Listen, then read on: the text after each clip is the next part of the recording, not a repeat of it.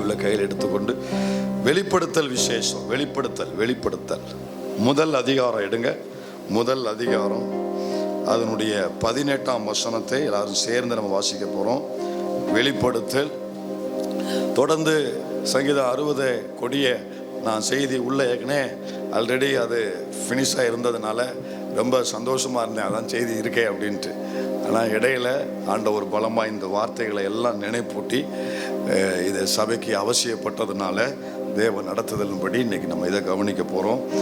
1:18 வெளிப்படுத்தல் 1:18 புதிய ஏற்பாடு 334 சேர்ந்து வாசிப்போம்.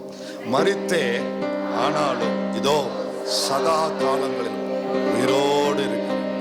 ஆமே, நான் மரணத்திற்கும் பாதாளத்திற்கும் உரிய திறவுகோல்களை உடையவராய் இருக்கிறேன். சுவாசிக்கிறீங்களா? இயேசு மரித்தவர் மட்டுமல்ல, உயிரோடு இருக்கிறார். வெறுமையா உயிரோடு இருக்கிறேன்னு சொல்லல, சதா காலமும் உயிரோடு இருக்கிறேன். ஏன் தெரியுமா? அவர் வாழ்ந்த நாட்களே மரிச்சவங்க நிறைய பேர் உயிரோடு வந்தாங்களா? லாசரு வந்தானா? சிறுபெண்ணு வந்தாளா? வாலிபன் வந்தானா? உயிரோடு வந்தாங்க. ஆனா அவங்க உயிரோடு இல்லை. கொஞ்ச நாள் இருந்தாங்க, அப்புறம் மறுபடியும் அவங்க மரிச்சாங்க. ஆனத்தான் இயேசு மரித்தேன் உயிரோடு இருக்கிறேன்னு பொதுவா சொல்லாம, மரித்தேன் ஆனாலும் இதோ சதா காலங்களிலும் உயிரோடு. அந்த இயேசுவை உயர்த்த விரும்புறவங்க எல்லாரும் உங்க உள்ளத்தின் ஆழத்திலிருந்து அவரை உயர்த்துங்க. வாய்களை திறந்து அவருக்கு நன்றி பலி, ஸ்தோத்திர பலி. ஹல்லேலூயா, ஹல்லேலூயா, ஹல்லேலூயா. தேங்க்யூ அப்பா, உமக்கு மகிமை, நன்றி செலுத்துகிறோம். ஹல்லேலூயா, ஹல்லேலூயா. தேங்க்யூ அப்பா. எங்களோடு பேசுவீராக. வார்த்தையை கேட்கிற இருதயத்தை தாரும், கீழ்ப்படுகிற மனதை தாரும். தாழ்த்தி வெறுமையாக்குறோம் இயேசுவின் நாமத்தில் பிதாவே, ஆமென். நாம் உட்காருவோம். ஹல்லேலூயா. வாசிங்க மறுபடியும் வெளிப்படுத்தல் 1:18. மரித்தேன் ஆனாலும் இதோ சதா காலங்களிலும் உயிரோடு இருக்கிறேன். ஆமென், ஆமென். முழு சபையும் பத்ம தீவுல நாடு கடத்தப்பட்ட யோவான், தனிமைப்படுத்தப்பட்ட யோவான், அக்கம் பக்கம் யாரும் இல்லாமல் ஒத்தையில நின்று கொண்டிருந்த யோவான். ஒரு புது அனுபவம். சொந்த நாட்டை விட்டு, சொந்த வீட்டை விட்டு, சொந்த கூட்டத்தை விட்டு, சபையை விட்டு இந்த யோவான் கவனிங்க, முதிர் வயது. அவர் ஒருவர்தான் முதிர் வயது வரைக்கும் வாழ்ந்தார்னு சரித்திரம் சொல்லுது. இயேசுவின் 12 அப்போஸ்தலர்களும் பவுலை சேர்த்து 12ன்னு சொல்றேன், எல்லாரும் அவர் இரத்த சாட்சியாய் மரித்தார்கள். வாளால் அறுப்புண்டு, சிரச்சேதம் பண்ணப்பட்டு, சிலுவையிலே தலைகளாய் அவர்களை தொங்க விட்டு, அவர்களை சிரச்சேதம் பண்ணி, பலரும் பலவித சூழ்நிலையில அவர்கள் துஷ்ட மிருகங்களுக்கு இரையாக போடப்பட்டு, அக்கினிக்கு சாம்பலாய் மாற்றப்பட்டு மரித்தார்கள் 11 பேரும். ஆனா அதுல இந்த யோவானை பொறுத்தவரையில அவரை பொறுத்தவரை என்ன சொல்றாங்கன்னா, அவருக்கு இரத்த சாட்சிங்கிற அனுபவம் அல்ல, அவர் இயற்கை மரணம் எய்தார் என்று தான் சொல்லப்படுது. அவரை தூக்கி எண்ணெய் கோப்பரில் போடுறாங்க. ரோம அரசாங்கம் அன்னைக்கு சுவிசேஷத்தையும் சபை வளர்ச்சியும் தடை செய்யும்படி பல விதத்தில் அவங்க செயல்பட்டாங்க. மரண பயத்தை உண்டாக்குனாங்க எல்லாருக்கும். ஏன் இயேசு சிலுவையில் அறையப்பட்ட பொழுது, அவர் அடக்கம் பண்ணப்பட்ட பொழுது சீசர்கள் எல்லாரும் எங்க இருந்தாங்கன்னு சீசர்கள் எல்லாரும் எங்க இருந்தாங்க? இயேசு அடக்கம் பண்ணப்பட்டிருந்த 3 நாளும் அவர் உயிர் தெழுந்ததுக்கு அப்புறம் சீசர்கள் எங்க இருந்தாங்கன்னு வீட்டுக்குள்ள கதவு பூட்டி உள்ள இருந்தாங்க. வாசிச்சிருக்கீங்களா யாராவது? ஏன் அப்படி அவங்க இருந்தாங்கன்னா, ரோம அரசாங்கத்தினுடைய அந்த நாளில ஒருவன் சிலுவையிலே ஒருவன் மரிக்கிறான் என்று சொன்னால், சிலுவையிலே அவனை மரண தண்டனை கொடுக்கிறாங்கன்னு சொன்னா பப்ளிக்கு ஒரு பயத்தை ஏற்படுத்துவாங்க. அதற்காகத்தான் சிலுவை மரணம் கொடுக்கப்படுகிறது. பொது மக்களுக்கு ஒரு பயம் வரணும். இன்னைக்கு அரபு கண்ட்ரியில பாருங்க, குற்றம் செய்தவனை குற்றம் நிரூபிக்கப்பட்டால் நடு ரோட்ல மக்கள் பார்வையில நிறுத்தி அவனுக்கு தண்டனை வழங்குற நாடுகள் 1-2 இன்னைக்கு இருக்கு இல்லையா? ஸோ சின்ன ஒவ்வொரு குற்றத்துக்கும் தண்டனை வித்தியாசமா இருக்கும். சில குற்றத்துக்கு விரல எடுத்துருவாங்க பப்ளிக்கா, சில குற்றத்துக்கு என்ன செய்வாங்க, கையை எடுத்துருவாங்க, சில கூட்டத்துக்கு கால் எடுத்துருவாங்க, சில கூட்டத்துக்கு நடு ரோட்லயே தூக்குல போடுவாங்க, ஃபயர் வச்சு எரிப்பாங்க. இப்படி பலவிதமான குற்றங்கள் நாடுகள்ல இன்னைக்கும் சில நாடுகள்ல இருக்கு. அதிகமான நாடுகள்ல மாறிடுச்சு, சில நாடுகள்ல இன்னைக்கு இருக்கு. என்ன சொல்லுவாங்க கவனிங்க, இது எதற்காகனா பிறருக்கு பயத்தை உண்டாக்குவதற்கு. எதற்காக? பப்ளிக்கு ஒரு பயம் உண்டாகணும், பொதுமக்களுக்கு இதை பார்க்கிறவர்களுக்கு ஒரு பயம் உண்டாகணும். இனிமே இதை என்ன செய்யக்கூடாது, நம்ம செய்யக்கூடாது. அதற்காக தான் சிலுவை மரணம் கொடுக்கப்படுகிறது. அப்படி சிலுவை மரணம் கொடுக்கப்படும் பொழுது யார் சிலுவையில் அறையப்படுறாங்களோ அவர்களுடைய நெருங்கினவர்கள், அவர்களை பின்பற்றுகிறவர்கள், அவர்கள் உறவுகள் கண்டுபிடிக்கப்பட்டால் அவர்களையும் கொலை செய்வதற்கு அந்த நாட்களிலே அப்படிப்பட்ட காரியங்கள் அவர் நடைமுறை இருந்தது. இதற்காகத்தான் அவர்கள் பயந்து வீட்டுக்குள் பூட்டி இருந்தாங்க. அப்போ பல விதத்தில் அவர்களுக்கு மரண பயம் அங்க கொடுக்கப்பட்டுச்சு. இந்த யோவான எண்ணெய் கொப்பரை இருக்கு பாருங்க, எண்ணெய் கொப்பரை. நீங்க வடை சுடுறீங்களே, பூரி சுடுறீங்களே, என்ன அந்த எண்ணெய் எப்படி இருக்கும்? அதாவது அந்த எண்ணெயை நீங்க தொட்டா பார்ப்பீங்க, கொதிச்சிருச்சான்னு என்ன செய்வீங்க? தண்ணியை ஊற்றி பார்ப்போம். அதே மாதிரி ஒரு பெரிய எண்ணெய் கோப்பரையில எண்ணெயை கொதிக்க வச்சு அதுக்குள்ள தூக்கி யோவானை உள்ள போட்டாங்க. அவனுக்கு ஒண்ணுமே ஆகல, அவன் மறிக்கல. ஏன்னா அவன் மேல கொடுக்கப்பட்ட வாக்கு அப்படிப்பட்ட வாக்கு. உடனே ரோம் அரசாங்கம் பயந்துருச்சு. என்னடா மனுஷன் இவன் எண்ணெய் கோப்பரையில தூக்கி போட்டா அவன் பாட்டுல உள்ள நீச்சல் குள்ள மாதிரி நீச்சல் அடிச்சுக்கிட்டு இருக்கான் அப்படின்னு பயந்து இவனை இங்க வைக்க கூடாது, ஆபத்து அப்படின்னு இவங்க இருந்தாமுன்னா அவ்வளவுதான் அப்படின்ட்டு அவனை நாடு கடத்தினாங்க. எருசலேம்ல இருந்து அவனை எங்க கடத்தினாங்க? நாடு கடத்தினாங்க. அந்த நாடுங்கிறது நாடு அல்ல, தீவுக்கு கடத்தினாங்க. 4 பக்கமும் கடல், நடுவுல ஒரு குட்டி தீவு பத்மு என்கிற ஒரு தீவு, மிக குறுகின சிறிய ஒரு தீவு. அங்க கடத்தி இருக்கிறாங்க. அங்க யாரும் மனுஷ சஞ்சாரமே இல்லாத ஒரு இடம். நல்ல இடம்ல, மனுஷ சஞ்சாரமே இல்லாத ஒரு இடம், ரொம்ப அமைதியான இடம், எந்த துணையும் இருக்காது, எந்த பேச்சுவார்த்தை கூட அங்க எந்த மனிதனையும் பார்க்க, தனித்து விடப்பட்டவனா இருக்கிறான். அப்படி தனித்து விடப்பட்டு இருக்கிற சூழ்நிலையில உயிர்த்தெழுந்த இயேசு அவனுக்கு தரிசனமாகிறாரு, அவனுக்கு வெளிப்படுகிறாரு. யோவானே, தீவுல நான் மட்டும் தனியா இருக்கிறேன்னு சொல்லாத, நீ சேவிக்கிறவர், நீ ஆராதிக்கிறவர், நீ பிரசங்கிக்கிறவர், மரித்தேன் உயிரோடு சதா காலங்கள் உயிரோடு இருக்கிறவர், நான் இந்த தீவுல உன்னோடு இருக்கிறேன். யாரெல்லாம் அந்த காலை நேரத்துல தனித்து விடப்பட்டவர்களாக குடும்பத்தில் வாழ்ந்து கொண்டிருக்கிறீர்களோ, சிலர் லிட்டரலாகவே தனிமையா இருப்பாங்க, சில லிட்டரலாகவே தனிமை அதாவது தனிமையா இருப்பாங்க. அதாவது அவங்களுக்குன்னு யாருமே இருக்க மாட்டாங்க உண்மையிலேயே. அப்படிப்பட்ட தனிமையா இருக்கிறவர்கள் சிலர் உண்டு. ஒரு சிலர் எல்லாரும் இருந்தும் தனிமையா இருக்கிறவர்கள் உண்டு. அப்படி யாரு நீங்கள் தனி விடப்பட்டு இருந்தாலும், இதோ மரித்தேன் சதா காலங்களும் உயிரோடு இருக்கிறேன் என்று திருவலம் பற்றின தேவன் இயேசு கிறிஸ்து உங்கள் வலதுபுறத்திலே உங்கள் கைகளை பிடித்து, நான் உனக்கு துணையா நிற்கிறேன். அல்லேலூயா. நல்லா கொஞ்சம் இமேஜின் பண்ணி பாருங்க. ஒரு தீவு, 4 பக்கம் கடல், ஒரு தென்றல் காட்டு, அதுல நான் மட்டும் தனியா இருக்கிறேன் பயந்து கொண்டிருக்கும் பொழுது என் ஆத்தும நேசர் என் பக்கத்துல வந்து நான் இருக்கிறேன் சொல்றாரு பாருங்க. உயிரோடு இருக்கிறேன் சொல்லுங்க, இருக்கிறேன். யாரு இல்லைன்னு சொல்ற உனக்கு நான் இருக்கிறேன். யாரு இல்லைன்னு சொல்ற உனக்கு நான் இருக்கிறேன். யோவான் சொல்றாரு நான் இருக்கிறேன். யாருக்கும் இங்க சொல்றாரு நான் இருக்கிறேன். இயேசு சொல்றாரு, நான் சொல்ல மாட்டேன், இயேசு சொல்றாரு நான் இருக்கிறேன். அல்லேலூயா. அவனை பலப்படுத்தினார். பலப்படுத்தி அவனுக்கு சொன்னாரு, ஒரு முகவரியை கொடுக்கலான்னு பார்க்கேன், டைம் இருக்கான்னு தெரியல, ஏன்னா உள்ள நிறைய மெசேஜ் உள்ள இருக்கு, நல்லா கவனிங்க. அவனை பார்த்து சொன்னாரு, எப்பா இனி சம்பவிக்க போகிறவர்கள் நான் உனக்கு காண்பிப்பேன் அப்படின்னாரு. என்ன சொன்னாரு? இனி சம்பவிக்க போகிறவெல்லாம் உனக்கு காண்பிப்பேன், அதை நீ எழுது.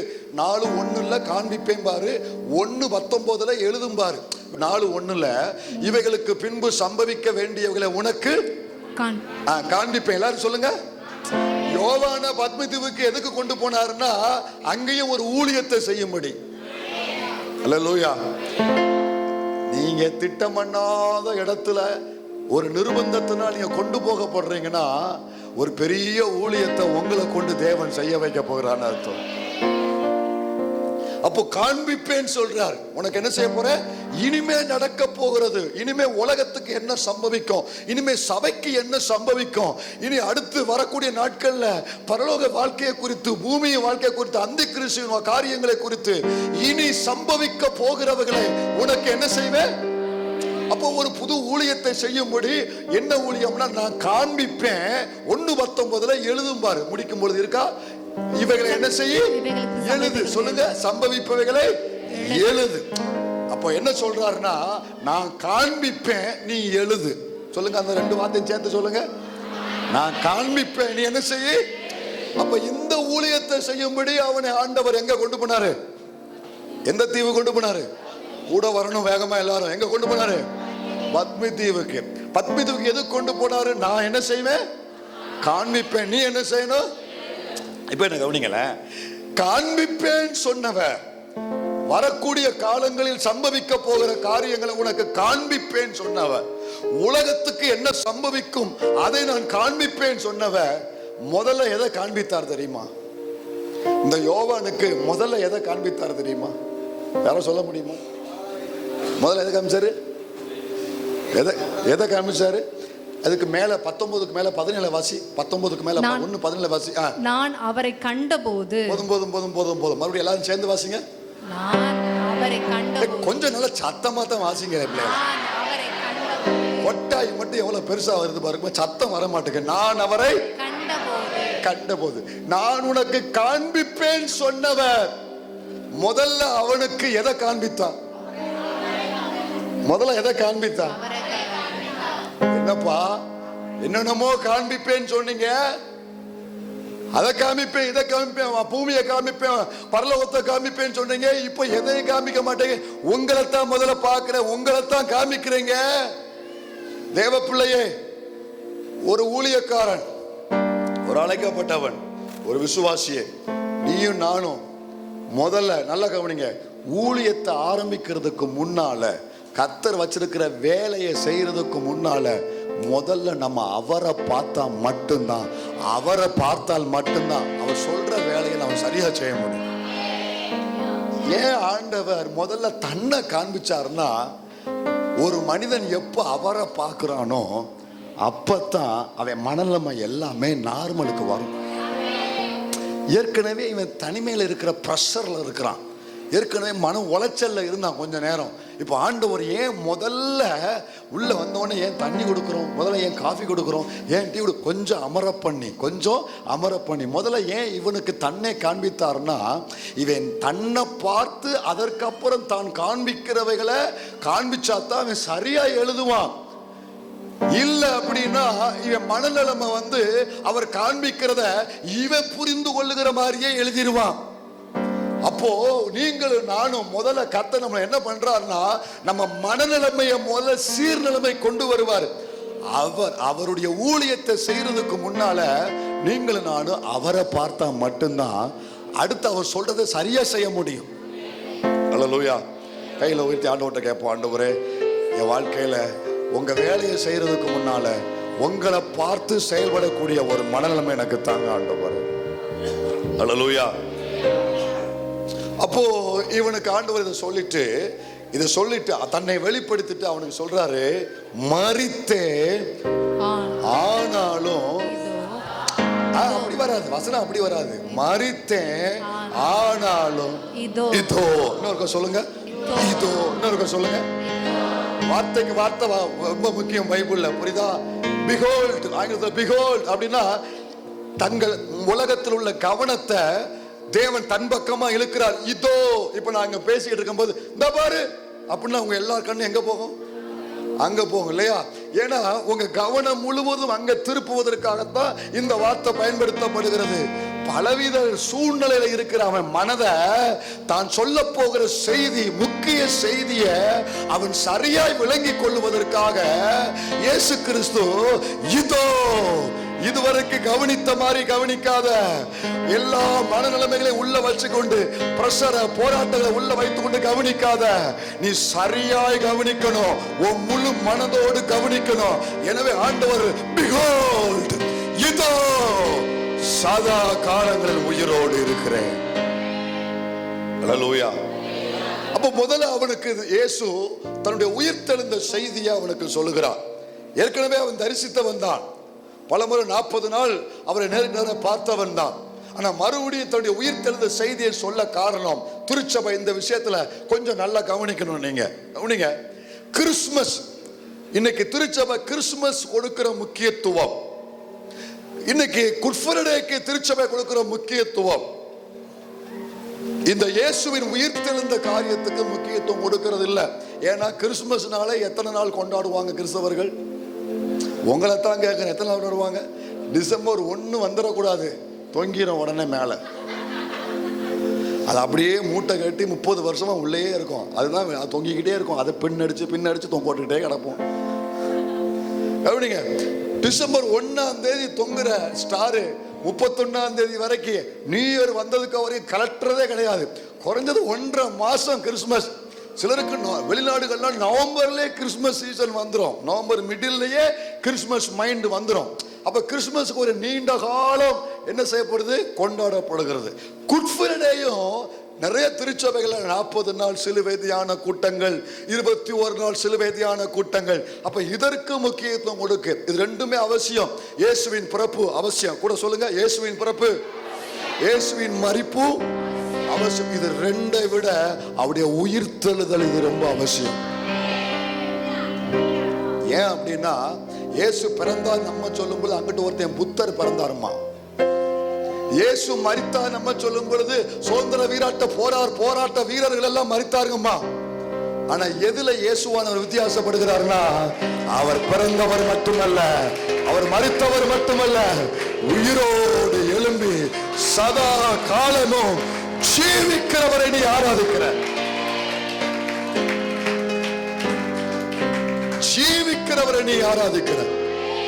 வானத்தின் கீழே மற்ற எல்லா மதத்திலிருந்து, மற்ற எல்லா மத தலைவர்களிலிருந்து என் வேதம் காண்பிக்கிற இயேசு கிறிஸ்துவும் எதிலே வித்தியாசப்படுகிறார் என்றால், பிறப்பில் அல்ல, மரித்ததில் அல்ல, உயிரோடு எழுந்ததில் இவர் முற்றிலும் வித்தியாசமானவர்.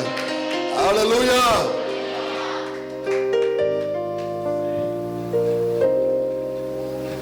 ஆதி திருச்சபை கிறிஸ்துமஸ்ங்கிறதுலாம் அங்க கிடையாது. குட் ஃப்ரைடேயும் பிரசங்கத்துல இயேசு மரித்தார்னு சொல்லுவாங்க, அவ்வளவுதான். ஆனா ஆதி திருச்சபை எதை அதிகமா கொண்டாடும்னா, சொல்லுங்க, இயேசு உயிர்த்தெழுந்த தினத்தை. நம்ம பாருங்க, எல்லாத்துக்கும் மாச கணக்கா கொண்டாடிட்டு உயிர்த்தெழுந்ததை மட்டும் அந்த ஒரே ஒரு நாள் காலைல ஆராதனை மட்டும் இயேசு உயிர்த்தெழுந்தா ஹாப்பி ரெசரக்ஷன் டே அப்படின்னு சொல்லிட்டு அதோட முடிஞ்சு போச்சு. அதுக்கு அடுத்த வருஷம் 1 வருஷம் கழிச்சு தான் மறுபடியும் ஞாபகத்துக்கே வருது. ஆதி திருச்சபை சபை கூடும் பொழுதெல்லாம் இதோ மரித்தார், சதா காலமும் உயிரோடு இருக்கிறார், உயிரோடு இருக்கிறார். தேவன் அவரை எழுப்பினார், மரண கட்டுகள் அவரை கட்டி இருக்க முடியவில்லை, உபாதிகளை உடைத்து அவரை உயிரோடு எழுப்பினார். திருச்சபைக்கு முக்கியத்துவம் உயிர்த்தெழுதல் தான். ஹல்லேலூயா. அந்த உயிர்த்தெழுதல் தான் அவர் தேவகுமாரன் என்பதை நிரூபித்தது. இந்த உயிர்த்தெழுதல் தான் என் ரட்சிப்பு பூரணம் என்பதை நிரூபித்தது. இந்த உயிர்த்தெழுதல் தான் இங்க இருக்கிற எல்லாருக்கும் ஒரு நாள் உயிர்த்தெழுதல் வரப்போகிறது. இன்னும் நமக்கு ஆண்டவர் வருகை தாமதிச்சா ஒன்னும் மறுரூபமாகும், இல்லை என்றால் உயிர்த்தெழுந்தும் மற்றவங்க எல்லாம் விருப்பம் இல்லை போல. ஆண்டவருடைய கவனிங்க, வருகை தாமதிச்சா, மரித்து அடக்கம் பண்ணப்பட்டா அவர் உயிரோடு எழும்புவோம். அப்படி இல்லை, இப்பவே அவர் வந்து விட்டால் இருக்கிற சரீரத்துல மறுரூபம் அடைந்து அவரோடு போவோம். அவர் உயிர்த்தெழுதல்னால எனக்கு ஒரு உயிர்த்தெழுதல் நம்பிக்கை இருக்கு. இந்த நம்பிக்கையை இந்த 3ஐயும் தந்தது அவருடைய உயிர்த்தெழுதலின் வல்லமை தாங்க. ஹல்லேலூயா. அதனால வேதம் 40 முறை பைபிள்ல இயேசுவின் உயிர்த்தெழுதலை குறித்து அந்த உயிர்த்தெழுதல் பதம் வருகிறது. எத்தனை முறை? 40 முறை. ஒரு கேள்வி கேட்பேன், சொன்னா ஒரு பிரைஸ் தருவேன். பைபிள்ல புதிய ஏற்பாட்டுல உயிர்த்தெழுதலை குறித்தே ஒரு ஃபுல் சாப்டர் இருக்கு. சீக்கிரம் டைம் முடிஞ்சா நீங்க என்ன தரணும். உயிர்த்தெழுதலை மட்டும் குறித்து ஒரு ஃபுல் சாப்டர் இருக்கு. Count start. 1 2 3 4 5 6 7 கை வைத்துங்க. 8 9 இல்ல தெரிஞ்சா வைத்துங்க. 10 இல்லையா? போகும்போது அத்தனை பேரும் சேர்ந்து எனக்கு ஒரு பரிசு கொடுத்துட்டு போனோம். என்ன பரிசுன்னு கேட்கலா? இன்னும் வேலை இருக்கு. சரியா? சரி, 1 கொரிந்தியர் 15 முழுவதுமே எதை குறித்து பேசுகிறதுனா உயிர்த்தெழுதலை குறித்து பேசுகிறது. ஐயா, தாய்களை கவனிங்க, இந்த வேதம் எவ்வளவு சத்தியங்களை போதிக்கிறது. ஆனா உயிர்த்தெழுதலுக்கு ஒரு அதிகாரம் மொத்தம் எத்தனை வசனம் இருக்கு? 59 88 இருக்கு. இந்த உயிர்த்தெழுதலை குறித்து மட்டுமே 58 வசனம் கொண்ட ஒரு அதிகாரத்தை இந்த வேதம் பதிவு செய்திருக்குமானால் இந்த வேதத்தை உயர்த்தி காண்பீங்கள். இந்த வேதம் இயேசுவின் உயிர்த்தெழுதலை முக்கியப்படுத்துகிறது. ஏன்னா அத்தனை உயிர்த்தெழுதலில் தான் மத்தியமாய் இருக்கிறது. இப்போ பிரசங்கம் என்ன பிரசங்கம்னா, கூட சேர்ந்து சொல்லுங்க பார்க்கலாம். உயிர்த்தெழுந்த இயேசுவின் பிரசங்கம். உயிரே இல்லாம பேசுறீங்க பாத்தீங்களா, அதுலதான் நீங்க விசேஷமானவங்க. எல்லாரும் சேர்ந்து சொல்லுவோம், உயிர்த்தெழுந்த இயேசுவின். அதாவது இயேசு மனிதனாய் பூமியில இருந்த பொழுது அவர் செய்த பிரசங்கம் எல்லாருக்கும் தெரியும். ஆவியில் எளிமை உள்ளவர்கள், இரக்கம் செய்கிறவர்கள், ஒருவர் உங்களை பொய்யாய் குற்றம் சாட்டி உங்களை துன்பப்படுவீர்கள், நீங்கள் யாரா இருப்பீங்க? இப்படி அவர் மனிதனாய் வாழ்ந்த போது நிறைய பிரசங்கம் பண்ணியிருக்கிறார். அதே மாதிரி சிலுவையிலும் அவர் பிரசங்கம் பண்ணியிருக்கிறார். 7 வார்த்தைகள். இது எல்லாம் நமக்கு தெரியும். அவர் வாழ்ந்த பொழுது செய்த பிரசங்கம் எனக்கு தெரியும்.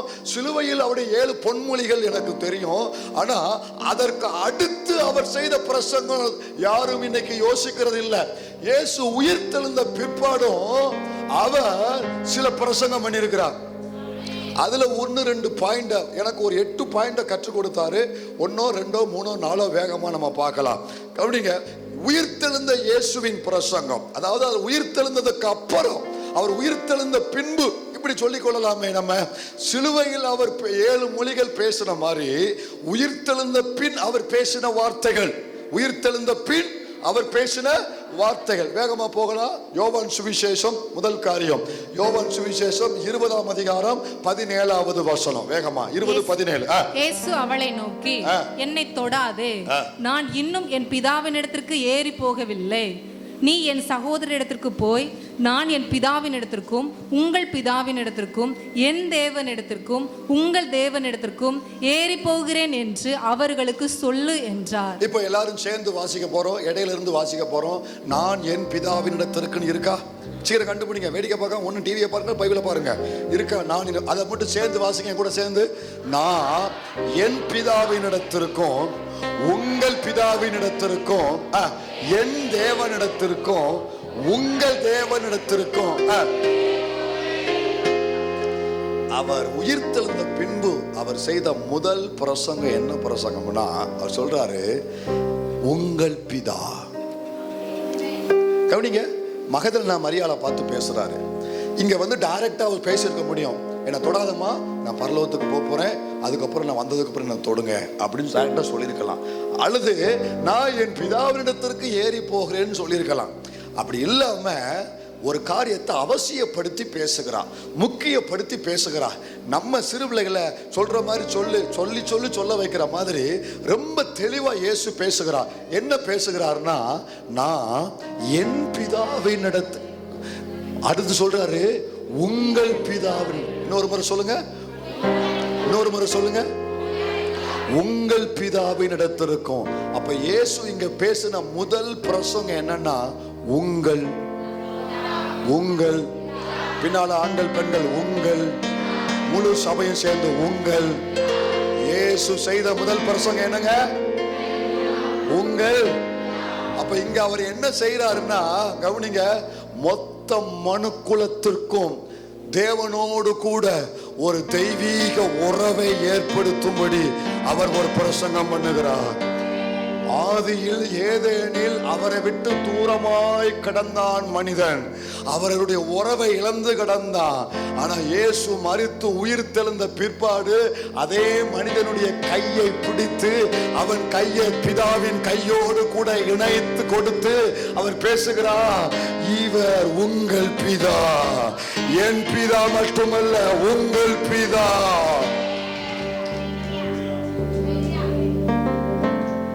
ஒரு உறவை ஏற்படுத்துகிறார்.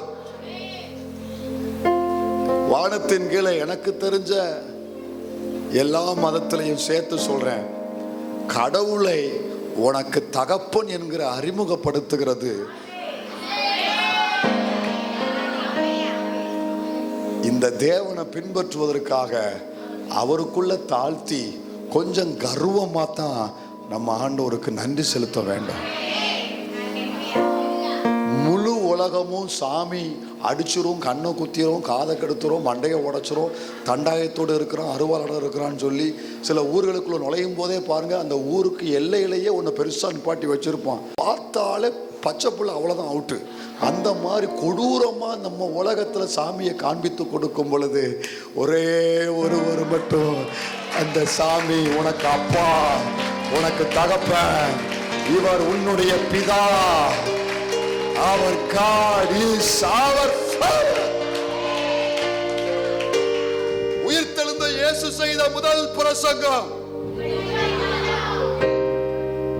புது உடன்படிக்கை ஆரம்பிக்கிறார். அதுக்கு அடுத்துதான் உங்கள் தேவன். அதுக்காக அப்பா அப்பான்ட்டு ரொம்ப திமிர்த்தனம் பண்ணக்கூடாது. அவர் தேவனாகவும் இருக்கார், அதையும் காமிச்சு கொடுக்கிறார். ஆனா முதல்ல எதை வைக்கிறாரு?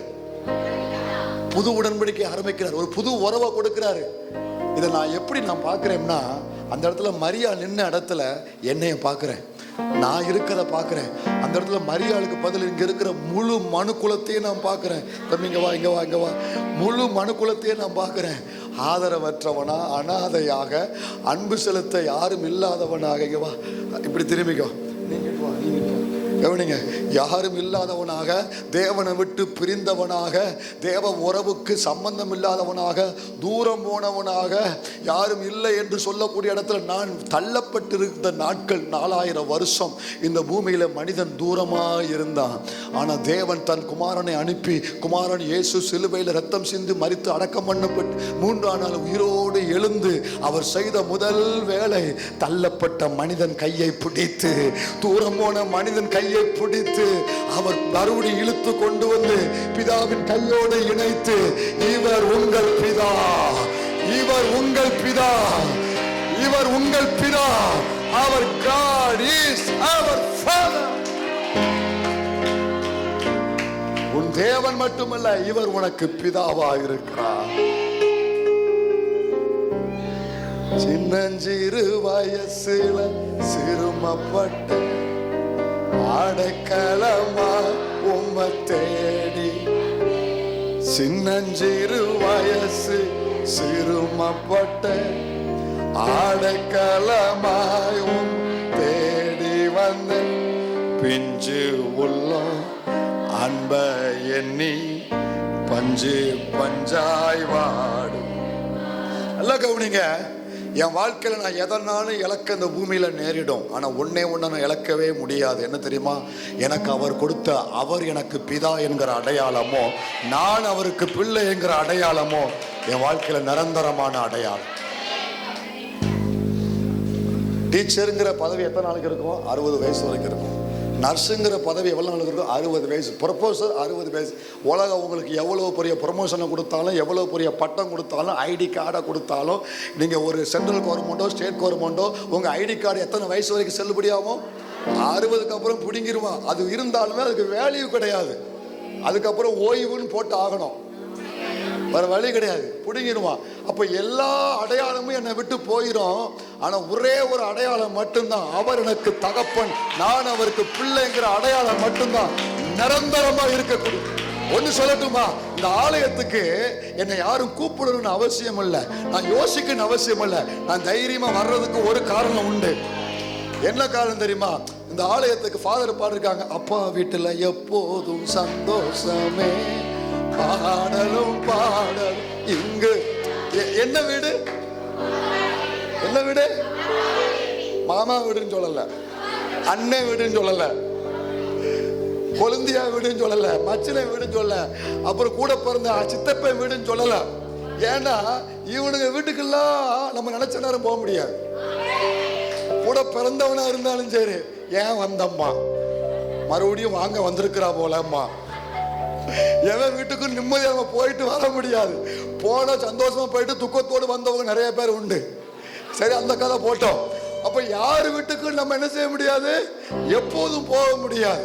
ஆனா உலகத்துல சரீர பிரகாரமா பேசுறேன், சபை ஆவிக்குரியதை அடுத்து வார. உலகத்துல எடுத்துக்கோங்க, ஒரே ஒருத்தர் வீட்டுக்கு தான் சொல்லாம கொள்ளாம போகலாம், எந்த நடுச்சாமத்திலும் போய் கதவை தட்டலாம். யார் வீடு சொல்லுங்க? அப்பா வீடு. திறந்த உடனே எந்த சாமமா இருந்தாலும், அம்மா நல்லா இருக்கியா, உள்ள வா, போ அம்மாட்ட போ. எந்த ஒரு நாள் எனக்கு கதவு என்ன செய்யப்பட அடைக்கவே படாது. ஒரு தைரியம் இருக்கு இல்லையா, ஒரு தைரியம். ஏன் சொல்லுங்க பார்க்கலாம். என்ன காரணம் தெரியுமா? என்ன காரணம் தெரியுமா? அந்த அப்பா வீட்டுக்கு நான் எதுக்கு தைரியமா போறேன்? என்ன எப்படி எந்த சூழ்நிலை ஏற்றுக்கொள்ற இளையகுமாரன் அந்த சூழ்நிலை போய் எப்படி ஏற்றுக்கொண்டார் சொல்லுங்க பார்க்கலாம். அவர் கொடுத்த எல்லாத்தையும் இழந்துட்டான். மோதிரத்தை இழந்துட்டான், செருப்பை இழந்துட்டான், வஸ்திரத்தை இழந்துட்டான். அவர் தான் இவனுக்கு அப்பா, இவன் தான் அவருக்கு பிள்ளைங்கிறதுக்கு நிரூபிக்க கொடுத்ததுக்கு ஒண்ணுமே இல்லை. ஆனாலும் துணிஞ்சு போனான். ஏன் சொல்லுங்க? எதை வச்சுட வந்தா என் அப்பா ரத்தம் எனக்குள்ள ஓடுது. நீங்களும் நானும் தைரியமாங்க ஏன் வாரோம்னா, அவருடைய ரத்தத்தினால் சபை மீட்கப்பட்டிருக்கு. அதனாலதான் அப்பா வீட்டுல எப்போது சந்தோஷமே, ஆடலும் பாடலும். நம்ம அப்பா வீட்டுல எப்போது சந்தோஷமே, ஆடலும் பாட. இங்குதான் ஆடுவோம், கொண்டாடுவோம், பாடுவோம், நடனம் ஆடுவோம். அல்லேலூயா ஆனந்தமே, எல்லையில்லா இன்பமே. ஓ அல்லேலூயா ஆனந்தமே, எல்லையில்லா. இதெல்லாம் சர்ச்சுக்குள்ள பாடுறதை விட தெருவில் பாடினா எப்படி இருக்கும் தெரியுமா? அதெல்லாம் நடந்துச்சு. ஒரு காலத்தில் சண்டே ஸ்கூலுக்கு ஊழியத்துக்கு போயிட்டு போயிடும் பொழுது, இன்னைக்கு என்னடா பாட்டு சொல்லி கொடுக்க இந்த பிள்ளைகளுக்கு, புது பாட்டாக கேட்பானுங்களே, வாரம் புது பாட்டு கேட்பானுங்க அநியாயத்துக்கு. எனக்கு நம்ம உட்காந்து பாட்டு ஏற்றுற மாதிரி. அப்போ யோசிச்சுட்டே இருக்கும் பொழுது அப்படியே போய்கிட்டு இருக்கும்போது உள்ள வருது, சண்டே கிளாஸ்க்கு வந்தாலே சந்தோஷமே, ஆடலும் பாடலும் இங்குதானே. இந்த சண்டே கிளாஸ்க்கு வந்தால் சந்தோஷமே, ஆடலும். ஒரு 50 பேர் கூடிடுவாங்க, சிறுசும் பெருசும் சேர்த்து. அல்லேலூயா. உயிர்த்தெழுந்த இயேசுவின் முதல் செய்தி, உங்கள் பிதா. உன் கையை பிடித்து கர்த்தர் சொல்லுகிறாரு, உனக்கு ஒரு தகப்பன் உண்டு, உனக்கு ஒரு தகப்பன் உண்டு. உலகத்தில் யாரும் இல்லை என்கிற வேதனை இருந்தாலும் உனக்கு ஒரு தகப்பன் உண்டு. ஒருவேளை இளையகுமாரன் மாதிரி பாவ கரையோடு வந்திருந்தாலும் அவன் கையை பிடித்து சொல்லுகிறார், இந்த உனக்கு ஒரு தகப்பன் உண்டு, அவர் உன்னை ஏற்றுக்கொள்ளுவார். அல்லேலூயா. இரண்டாவது பிரசங்கம், உயிர்த்தெழுந்த பின்பு இயேசு செய்த இரண்டாவது அவர் செய்த பிரசங்கம். லூக்கா எழுதின சுவிசேஷம் 24ஆம் அதிகாரம் 36 வசி 24 36. இவைகளை குறித்து அவர்கள் பேசிக் கொண்டிருக்கையில் இயேசுதாமே அவர்கள் நடுவிலே நின்று உங்களுக்கு சமாதானம் என்றார். அப்படியே நல்லா வெள்ளக்கொடியை காமிச்சு பக்கத்துல பார்த்து சொல்லுங்க, வெள்ளக்கொடியை காட்டுங்க, வெள்ளக்கொடியை காட்டு, உங்களுக்கு சமாதானம். சரி, ஆட்கள் சொல்றதை விட சொல்லாம இருந்தது தான் அந்த ஆள் சந்தோஷமா இருக்கும். நல்லா வெள்ளக்கூடிய காட்டி சொல்லுங்க, உங்களுக்கு சமாதானம்.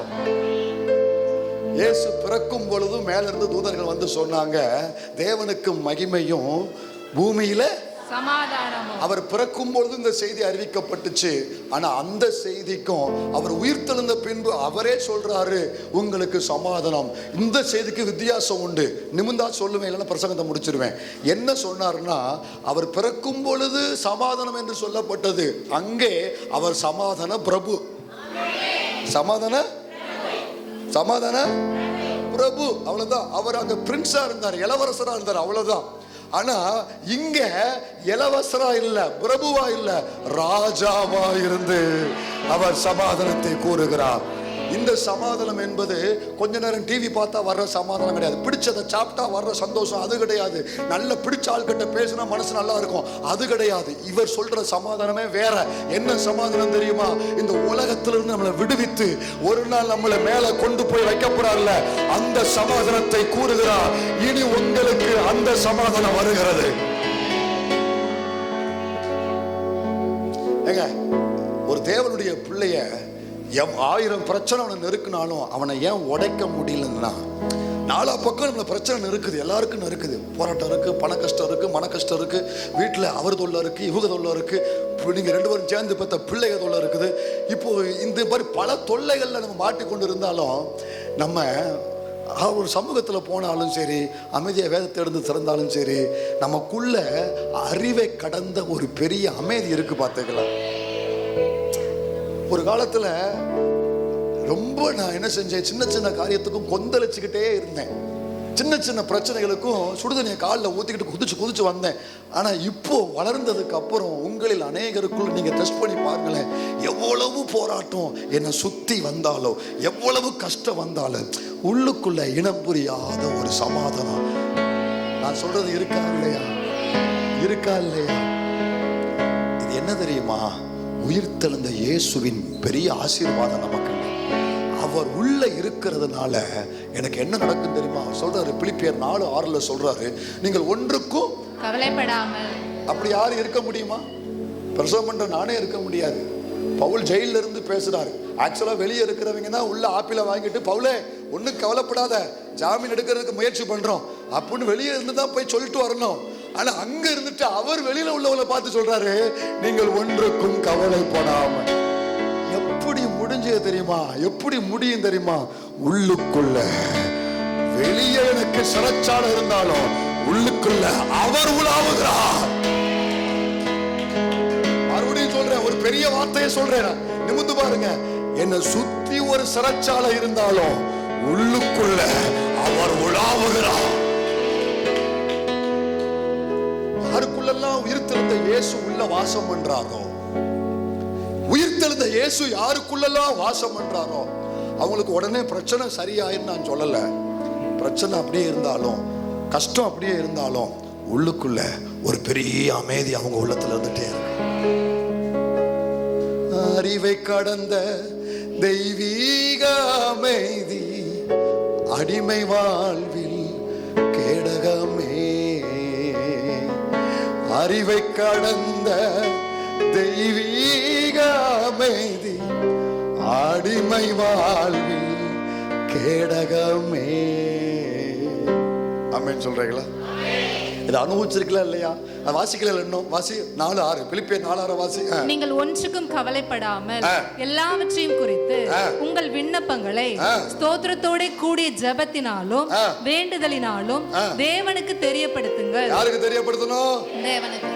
கவனிங்க, நம்ம சொல்றதை செய்யறது இல்ல, செய்யக்கூடாதுன்னு செஞ்சுக்கிட்டு இருக்கோம். யாருக்கு தெரியப்படுத்தணும்?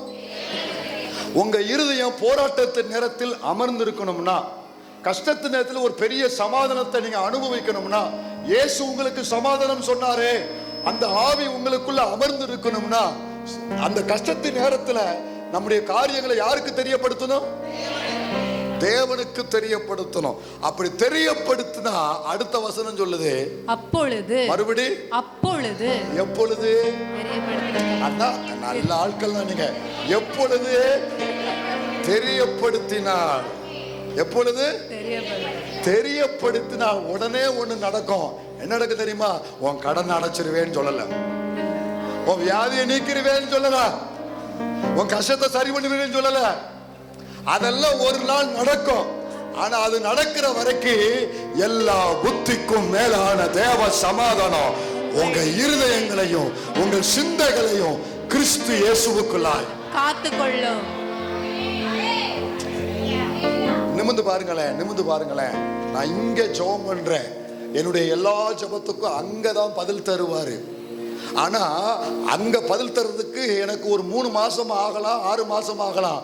ஆனா கர்த்தர் என்ன பண்றாருன்னா, அந்த பதில் தர்ற வரைக்கும் இங்க இருந்து அங்க நான் வர்றதுக்காக முதல்ல எனக்கு சமாதானத்தை உள்ள வைக்கிறார். சொல்லுங்களேன், அழகா சொல்லுங்களேன். பதில் வரும் பிந்தி சமாதானம் வரும் முந்தி. இன்னொரு முறை சொல்லுங்க, பதில் வரும் பிந்தி சமாதானம் வரும். நான் ஜெபித்த ஜெபத்துக்கு அற்புதம் பிந்தி வரும்.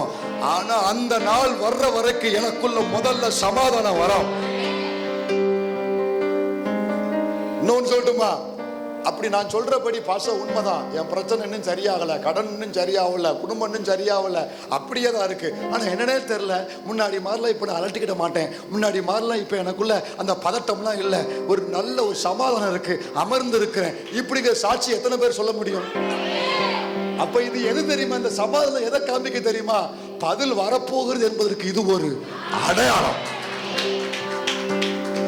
இது ஒரு அடையாளமா வச்சுக்குவாங்க. அல்லேலூயா. உலகம் சொல்லும் புயலுக்கு பின் அமைதி, என் வேதம் சொல்லுகிறது புயலின் நடுவிலும் அமைதி. புயல் இருந்தாலும் அமைதி இருக்கும். எனக்கு தெரியும், இங்க இருக்கிற உங்களில் அநேகர் ஆஸ்பத்திரியில் இருக்கும் பொழுதே கூட நீங்க ஆண்டவர் வந்து ஆராதிச்சுட்டு போனவங்க இருக்கிறீங்க. ஆஸ்பத்திரியில் இருந்து கொண்டே நீங்கள் ஊழியம் செய்து பக்கத்தில் பெட்டில் உள்ளவங்களுக்காக ஜெபம் பண்ணவங்க இருக்கிறீங்க, அவங்களுக்கு சுவிசேஷம் சொன்னவங்க இருக்கிறீங்க. இதெல்லாம் எப்படி நடக்கும்னா எவனுக்கும் புரியாது. இவ்வளவு போராட்டத்திலும் இவன் எப்படி இவ்வளவு அமைதியா இருக்கிறான், இவ்வளவு கஷ்டத்திலும் இவன் எப்படி நிற்கிறான், இவன் எப்படி இவ்வளவு தைரியமா பேசுறான், எவனுக்கும் புரியாது. அதுதான் எல்லா புத்திக்கும் மேலான சமாதானம். எவனுக்குமே புரியாது. ஐயா ஆமென் சொல்றீங்களா? மூணாவது பிரசங்கத்துக்கு போயிடலாமா? மூணாவது பிரசங்கத்துக்கு போயிடலாமா? சரி, வேகமா போயிருமா? லூக்கா யோவானுக்கு வாங்க. அடுத்த பாயிண்ட் 8ல் 3லயே தான் உள்ள சுத்திட்டு நடக்கும். யோவானுக்கு வாங்க. யோவான் 20:29 வாசி. யோவான் 20:29 வாசி. அதற்கு இயேசு, தோமாவே. யாரு? தோமாவே. இந்தியர்களே, தோமாவே. தமிழ்நாட்டுக்காரர்களே, சத்தியம் முழக்கமே.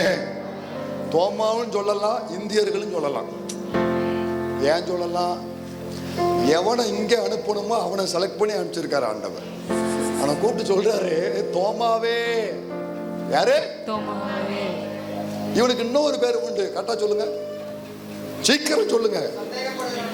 அது வந்து அர்த்தம் திதிமு, டிடிமஸ். ஆங்கிலத்தில் டிடிமஸ் இருக்கு. டிடிமஸ் என்னது? ட்வின். டிடிமஸ் என்ன அர்த்தம்? டிடிமஸ் என்னப்பா? ட்வின். ட்வின் என்னது? இரட்டை குணம். தோமாவுக்கு என்ன குணம் உண்டு? ஒரு பக்கம் நம்பிக்கையும் இருக்கும், அதே நேரத்தில் நடக்குமா நடக்காதுங்கிற அவன் நம்பிக்கையே இருக்கும். நான் அந்த தோமாவை பேசல, இங்க நிறைய தோமா உள்ள உட்கார்ந்துருக்கு. செய்வாருன்னு சொல்லி ஆமேனு வருது. அதே மாதிரி என்னத்தை செய்ய போறாரு? பக்கத்துல அவ சொல்ற ஆமேன், அவளே சொல்லும் போது நான் ஏன் சொல்லக்கூடாது? அதுக்காக ஒரு ஆமேன். அப்போ ஒரே நேரத்துல ரெண்டுமே வேலை செய்ய சில ஆட்களுக்குள்ள நம்பிக்கையும் இருக்கும். செய்வார் செய்வார் செய்வார் செய்வார் அப்படின்னு இருக்கும். ஆனா அரை மணி நேரம் கழிச்சு ஐயா குப்புற கிடப்பாரு. நம்பிக்கை இருக்கும், அவநம்பிக்கையும் இருக்கும், விசுவாசமும் இருக்கும், அவிசுவாசம். இந்த ரெண்டுமே உள்ள கூடி கொண்டு இருக்கும். அதுதான் யாரு? திதிமு, டிடிமஸ், தோமா. இரட்டை குணம். இந்த இரட்டை குணம் உள்ளவன் சொல்றான். எல்லாரும் சொல்றாங்க, பார்த்தோயா நம்ம ஆண்டவர் உயிர் தெழுந்தாரியா, இயேசு உயிர் தெழுந்தார் சொன்ன உடனே இவன் யார் தெரியுமா? நாஸ்டிசம் மாதிரி பேசுறாங்க. இவன் வந்து கிரேக்க தத்துவத்தில் வந்து என்ன சொல்லுவாங்கன்னா, உன்னை ப்ரூவ் பண்ணணும்னா touch was very important of fact அப்படிம்பாங்க. உன்னை ப்ரூவ் பண்ணணும்னா கிரேக்க தத்துவம் என்ன சொல்றா, ஒரு காரியத்தை நிரூபிக்கணும்னா அதை வந்து டச் அப்படிங்கிறது ரொம்ப முக்கியங்கிறாங்க. டச். அப்போ சயின்ஸ் என்ன சொல்லுதுன்னா அது வந்து ப்ரூவ் அப்படிங்குது. அப்படிதானே? ஃபர்ஸ்ட் ப்ரூவ், நெக்ஸ்ட் பிலீவ் அப்படிங்குது. அதே மாதிரி இந்த தோமா வந்து அறகுற சந்தேகத்தில் இல்லை, அப்படியாப்பா அப்படியாப்பா அப்படின்னு நம்மளாவது உள்ள சந்தேகத்தினாலும் வெளியில காமிக்க மாட்டோம். அதுல கெட்டிக்காரர்கள் நம்ம உள்ளுக்குள்ள இருக்கிற வெளியில என்ன செய்ய மாட்டோம், காமிக்க. அவன் வந்து அப்படியே காமிக்கிறான். அதெல்லாம் முடியாது. நீ வேணா சொல்லிக்கோ, நீ என்னத்தை பார்த்து எனக்கு. நான் வந்து பார்த்தா மட்டுமல்ல, தொட்டா மட்டுமல்ல, அவருடைய விழாவில் நான் கையை போட்டு, அவங்க போட்டது போடாதா, நீ வேற போடணுமாடா. அப்ப கையை போட்டு பார்த்தா தான் நம்புவேன். அவ்வளவு சந்தேகத்தின் உச்சத்தில் இருக்கிறான். அவன் ஒருத்தனுக்காகவே அந்த ஒரு நாள் அவர் தரிசனமானார் ஐயா. அவன் ஒருத்தன், வேற எந்த ஊழியமும் அங்க இயேசு செய்யல. அந்த நேரத்தில் ஒரே ஒரு காரியத்துக்காகத்தான் வந்தான். சந்தேகத்தில் உச்சத்தில் இருக்கிறவனை தேடி வந்தார். ஏன் தெரியுமா? ஒன்னு கொண்டு உன் சுபாவம் நிரம்பி இருக்கிற தேசத்தை சந்திப்பதற்காக, முதல்ல ஒன்ன சரி பண்ணுவதற்காகவே உயிர் தெழுந்த இயேசு அவனுக்காகவே காட்சி கொடுத்தார். எத்தனாம் நாள் தெரியுமா? எத்தனாம் நாள் இருக்கு? மேல இருக்கும் 8ஆம் நாள் இருக்கா? 8 நாளைக்கு பின்பு. எத்தனை நாளைக்கு பின்பு? 8 நாளைக்கு பின்பு. கொஞ்சம் வேகமா சொல்லுங்களேன். 8 நாளைக்கு. எத்தனை நாளைக்கு பின்பு தம்பி? யூத வரலாற்றுல 8 அப்படிங்கிறது ஒரு நியூ பிகினிங். 8 அப்படிங்க எங்க 7ல முதல் ஒரு வாரம் முடிஞ்சு போச்சா? 7ங்கிறது பூரணம். 7ங்கிறது பூரணம். அதுக்கப்புறம் ஆரம்பிக்கிற ஒரு நியூ பிகினிங். அப்ப 8ங்கிறது ஒரு புதிய ஆரம்பம். அப்ப அந்த நாளில் இயேசு அவனை சந்திப்பதுக்கு ஒரு பெரிய பெரிய நோக்கம் உண்டு. இந்த தோமாவை சந்தித்து சரிபடுத்தி அவனை கொண்டு நான் ஒரு புதிய காரியத்தை செய்ய போறேன். அவனை பார்த்து சொல்லுவாரு, தோமாவே சீக்கிரம் வாசித்து முடி. நீ என்னை கண்டதினாலே விசுவாசித்தாய், காணாதிருந்தும் விசுவாசிக்கிறவர்கள் பாக்கியவான்கள் என்றார். 3வது பிரசங்கம். முதல் பிரசங்கம் என்னது? வேகமா சொல்லுங்க. உங்கள் பிதா. 2வது பிரசங்கம் என்னது? உங்களுக்கு சமாதானம். உங்களுக்கு சமாதானம். 3வது பிரசங்கம் சொல்றாரு பாக்கியவான். என்ன பாக்கியவான்னா, காணாதிருந்தும் விசுவாசிக்கிறேல, அதுதான் பாக்கியவான். புரியல நான் சொல்றது? ஆசீர்வாதம் வேற, பாக்கியம் வேற. ஆசீர்வாதத்தை விட 10 மடங்கு உயர்ந்தது பாக்கியம். கர்த்தர் நம்மளை பார்த்து சொல்றாரு பாக்கியவான். என்ன பாக்கியவான்? கவனிங்க. இயேசுவை நேருக்கு நேரா ஒரு முறை கூட நான் தரிசித்தது இல்லை. அவருடைய சுண்டு வரல கூட நான் நேருக்கு நேரா பார்த்தது இல்லை. அவருடைய காயங்கள் தழும்புகளை தரிசனத்திலேயோ சொப்பனோ நான் பார்த்தது இல்லை.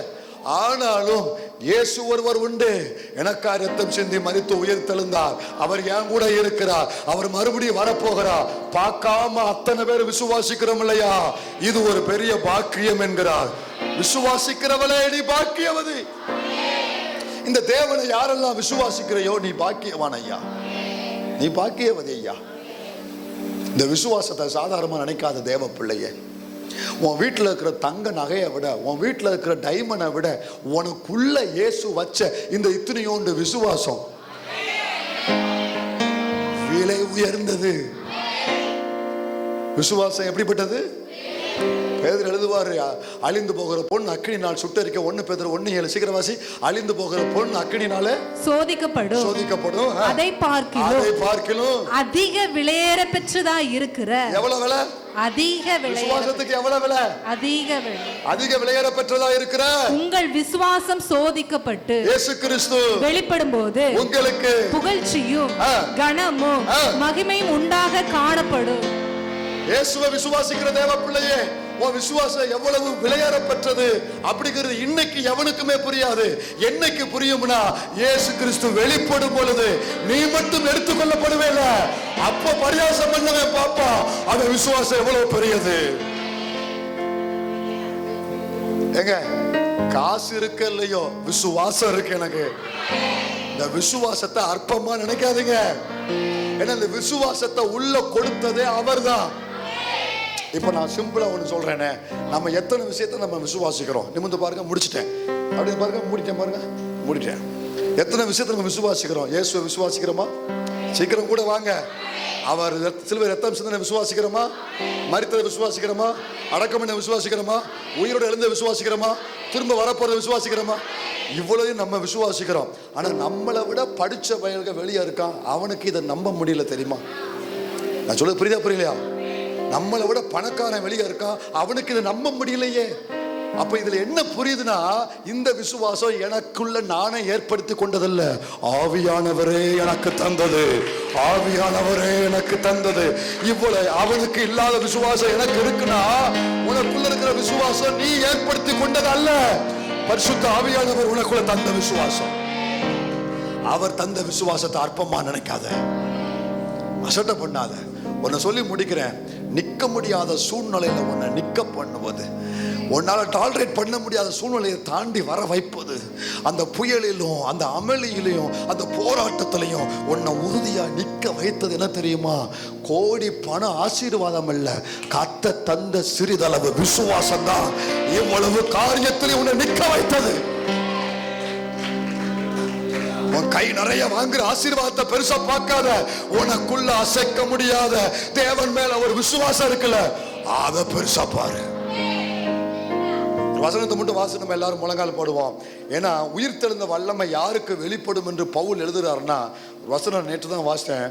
எபேசியர் 1:19 வாசி. 1:19. தாம் கிறிஸ்துவை மரித்தோரிலிருந்து எழுப்பி. புரிந்து கொள்ள கடினமா இருக்கும், கர்த்தர் உதவி செய்வார். எல்லாரும் நல்லா உற்று பாருங்க, அந்த வார்த்தையை பாருங்க. தாம் கிறிஸ்துவை மரித்தோரிலிருந்து எழுப்பி அவரிடத்தில் நடப்பித்த தமது பலத்த சத்துவத்தின் வல்லமையின்படியே. சொல்லுங்க, வல்லமையின்படியே. நிமிந்து பாருங்க. என்ன வல்லமை தெரியுமா? மரித்தோரிலிருந்து எழுப்பின வல்லமை. சொல்லுங்க, இன்னும் ஒரு முறை சொல்லுங்க, அப்பதான் புரியும்.